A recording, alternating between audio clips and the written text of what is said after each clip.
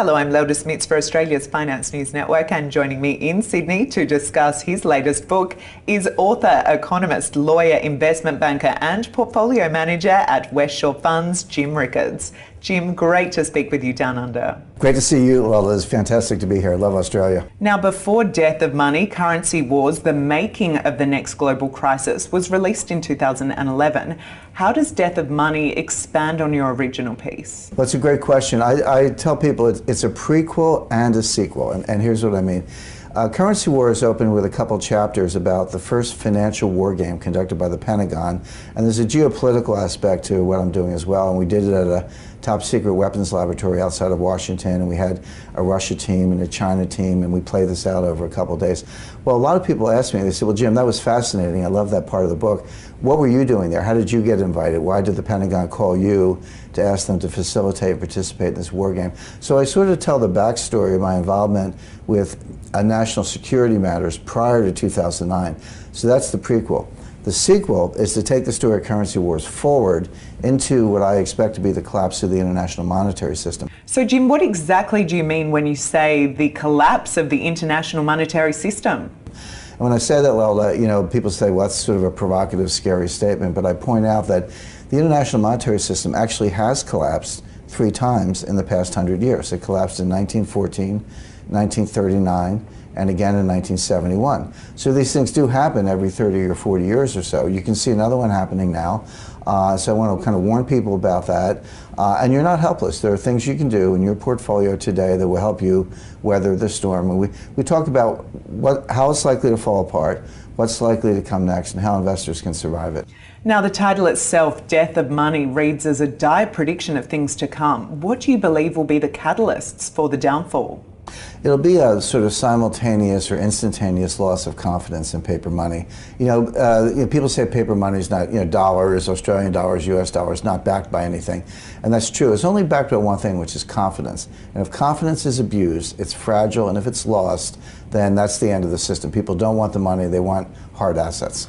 So, Jim, where are you seeing signs of less confidence now? Well, in one place is Saudi Arabia. You know, the U.S. has sort of stabbed Saudi Arabia in the back by cozying up to Iran, saying Iran will now be the regional power. Saudi Arabia has been a big prop under the dollar. They say oil has to be priced in dollars.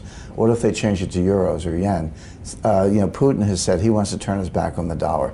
The Chinese are buying gold. So you look around the world, you see all these threats to the US dollar. Jim, you write that the next financial collapse will resemble nothing in history. If we have nothing to compare it to, how do you envisage it will unfold? Well, the next collapse will be like nothing in history because it will be bigger than all the previous collapses. And this is actually, there's a scientific basis for this. When you increase the scale of the system, let's say you triple the size of the system, you don't triple the risk. You increase it by a factor of 10 or 100. This is not well understood. Policymakers don't think about it that way. They look at longs and shorts and look at the net risk. You're supposed to look at the gross risk and understand this exponential relationship. So because the system is bigger, the collapse will be exponentially bigger, and we won't have any experience with it. So when is this likely to unfold? What timeline have you put on the collapse? Well, it's the question I'm asked most frequently. People want to know. They almost say, hey, Jim, call me the day before. I'll sell my stocks and buy gold. But we won't know exactly when. But my comparison level, it's like an avalanche. You can see the snow building up. You know it's going to collapse. You don't know exactly when. My advice is don't ski there. Whether it's tomorrow or next year or 2 years from now, it's still dangerous. You need to prepare for that and keep away. But Jim, what's your personal feeling over when it could happen? 3 to 5 years feels like the right time frame. I think 10 years, I don't think we're going to make it 10 years. There's too much instability. These financial panics have happened too frequently. 87, 94, 98, 2000, 2007, 2008. We can see the tempo. We also know the next one will be bigger than anyone before because the system is bigger. So the combination of the increased tempo and the increased scale tells me that we'll have a major financial panic probably within 3 years. Finally, Jim, if we can finish with an outlook, you've made some bold claims about the dire future of the international monetary system. What do you think the US Federal Reserve will do next, and how does this align with your predictions for the death of money? Sure, it's interesting, and actually it's perfectly aligned because the Fed tapered in December. Tapering means reducing asset purchases or a little bit less money printing. They're still printing a lot of money, by the way. They're just printing less. That was a blunder. They've tapered into weakness. We'll probably or possibly have a recession in the United States this year. I think Janet Yellen will realize that by the summer, so I expect a pause in the taper. They won't increase right away, but they'll just stop reducing.